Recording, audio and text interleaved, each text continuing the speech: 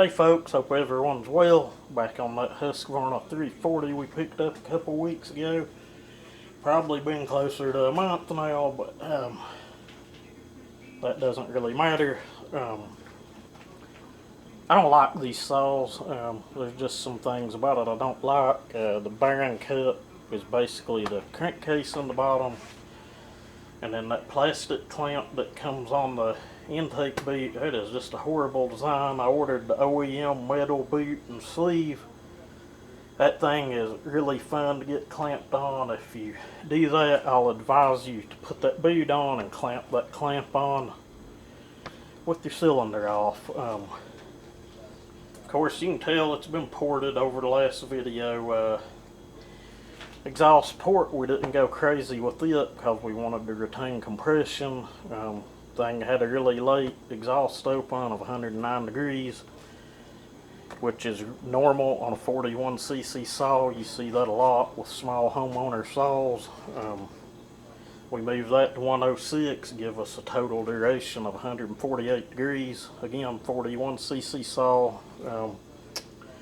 Transfers, the opening on those was at 126. We left that alone, so we got 20 degrees of blowdown. We did hog the transfers out. Saw's got a lot better throttle response. It's a lot more torquey.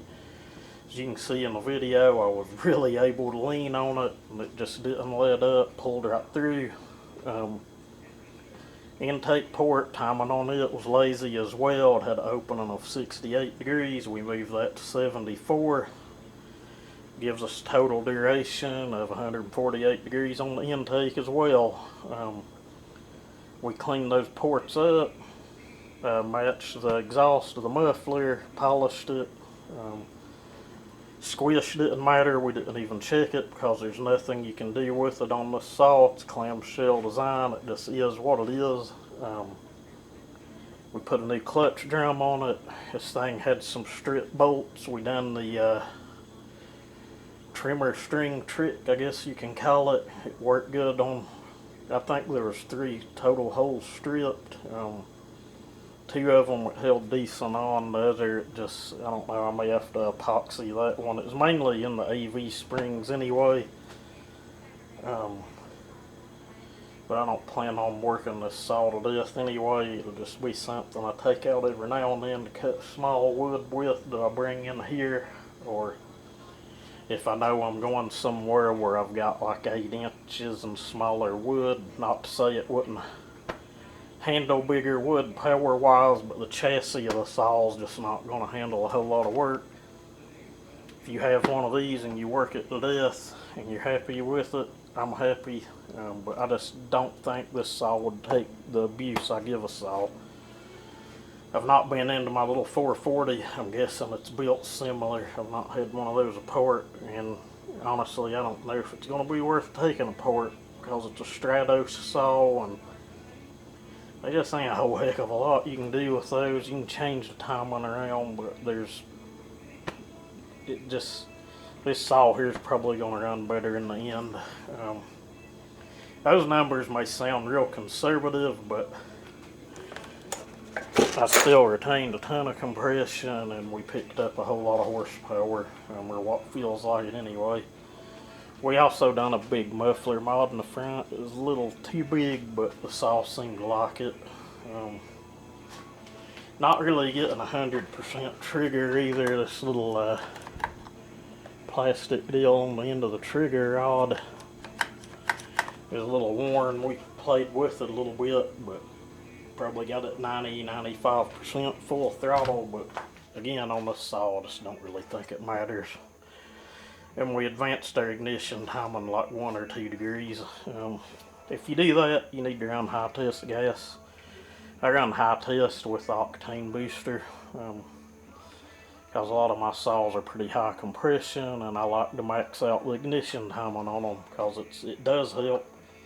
It's no different than turning the timing up on a drag car. It's the same basic principle. If you're not doing that, you're leaving power on the table.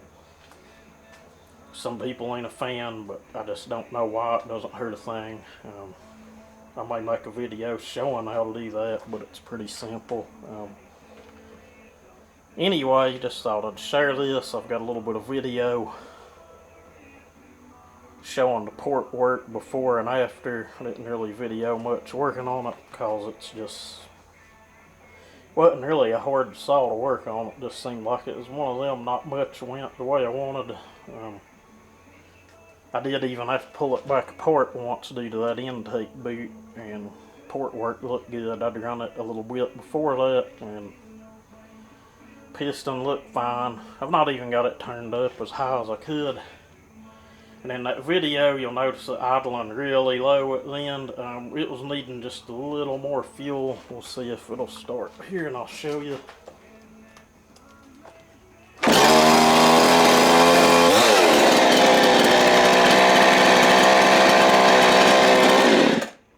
She idles just fine. I got scared and kind of thought maybe my glue didn't take on the cylinder. It wasn't. It just... I dogged the tuning in sitting on my lap with no bar or anything, and the saw, I guess, wasn't really hot. And she just wanted a little more fuel, like a quarter turn, and it picked up and went idling great. But anyway, just thought I'd share. I know a couple people said they'd like to see it ported. Well, there you go. A lot of people won't fool with a clamshell, but it's a saw. You can't do as much with it as a pro saw, but it don't really matter. But anyway, thank you for watching. Have a good one. What this exhaust port looks like. For some reason it's got like a little ramp in the back, but that thing is tiny.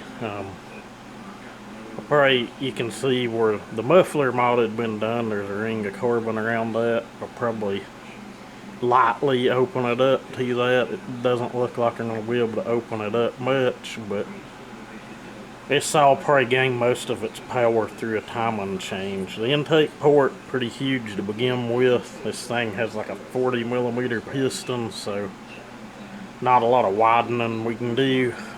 These transfers, they come up at the bottom of your bearings to feed.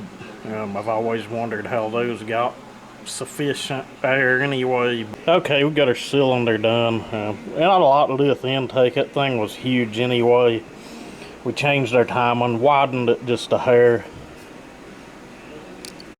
Transfers are massively opened up. That's a lot of where the power on this saw is going to come from anyway. I've already checked the timing after doing all of this. Hopefully you could see them before, but they are massively hogged out.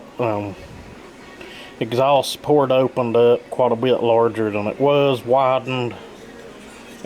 Timing changed on it, been polished, not mirror, but this camera is pretty good. You get the idea. It looks pretty good. There shouldn't be a lot of carbon stick to it. We opened up our mouth like we do. You want to do that because the exhaust is still trying to expand as it comes out. And this like ramp in the bottom, I measured, couldn't take it out. It's there, I guess, to keep the saw from free porting, but it's all good. We've got a pretty good opening now.